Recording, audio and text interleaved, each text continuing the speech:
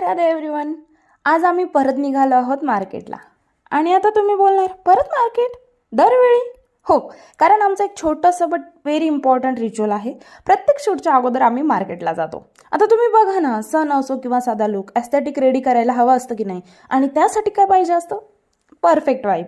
आणि ती कशाने मिळणार? कलर्स, डेकोर्स, दिवे, फ्लावर्स, अशा छोट्या छोट्या गोष्टीने भेटते. आता दिवाळीचं शूट म्हणलं तर फ्लावर्स तर मस्ट इम्पॉर्टंट आहे ना. त्यासाठी आम्ही मार्केटला जाऊन फ्लावर्स घेतली अँड खूप सारं डेकोरेशनचं सामान घेऊन आम्ही निघालो स्टुडिओकडे. तिथे आमची मॉडेलसुद्धा आलेली होती. एखादा सुंदर फोटो बघतो तेव्हा तो किती एफर्टलेस वाटतो ना, पण खरं तर त्यामागे खूप मेहनत आणि तयारी असते.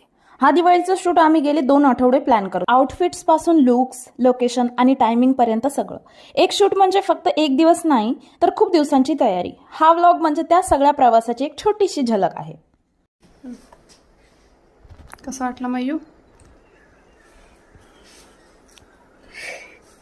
खूप सुंदर. आता तुम्ही बघितलेले आमच्या मॉडेलची रिॲक्शन एकदम रिअल होते, कारण जेव्हापासून मेकअप स्टार्ट झालेला होता आम्ही तिला थोडाही मिरर बघू दिलेला नव्हता. अँड तिला बोललेलो होतो की लास्टला जेव्हा पूर्ण लुक कंप्लीट होईल ना, तेव्हा तुला बघायला मिळेल. आता प्रत्येक वेळी काय होतं माहिती आहे का, जेव्हा एक मॉडेल येते अँड ती जेव्हा मेकअपला बसते, आपल्याला मेकअपला बराच वेळ लागतो अँड ॲक्च्युली तिला खूप जास्त भूकसुद्धा लागलेली असते, तर आम्ही त्याचीसुद्धा काळजी घेतली. आता आम्हाला डेकोरेशनच्या हेल्पसाठी कोणीही नव्हतं, तर आम्ही मेकअपला तब्बल 3 का 4 तास लागलेले आम्हाला, कारण हेअरस्टाईल, ड्रॅपिंग, मेकअप याच्यासाठी टाईम लागलेला. अँड ते सगळं करून सुद्धा नंतर आमचं जो लोकेशन आहे तिथे जाऊन क्लिनिंग करणं, डेकोरेशन करणं हे थोडं क्रिटिकल ठरलं आमच्यासाठी, बिकॉज आम्ही दोघीच होतो. हा शूट वेगळा असण्याचा रिझन हा आहे की आम्हाला थोडा साऊथ इंडियन तडका त्याच्यामध्ये ॲड करायचा होता अँड सेम डे दिवाळीचा पण शूट करायचा होता. सो आम्ही दोघांचं मिक्सचर करून हा south Indian with Diwali festival असा लुक केलेला आहे. अँड तुम्हाला कसा वाटला हा लवकरच सांगा.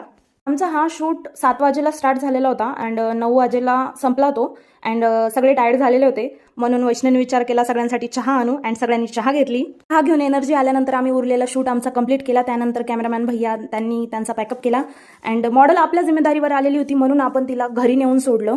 अँड बराच वेळ झालेला होता घरी जाण्यासाठी.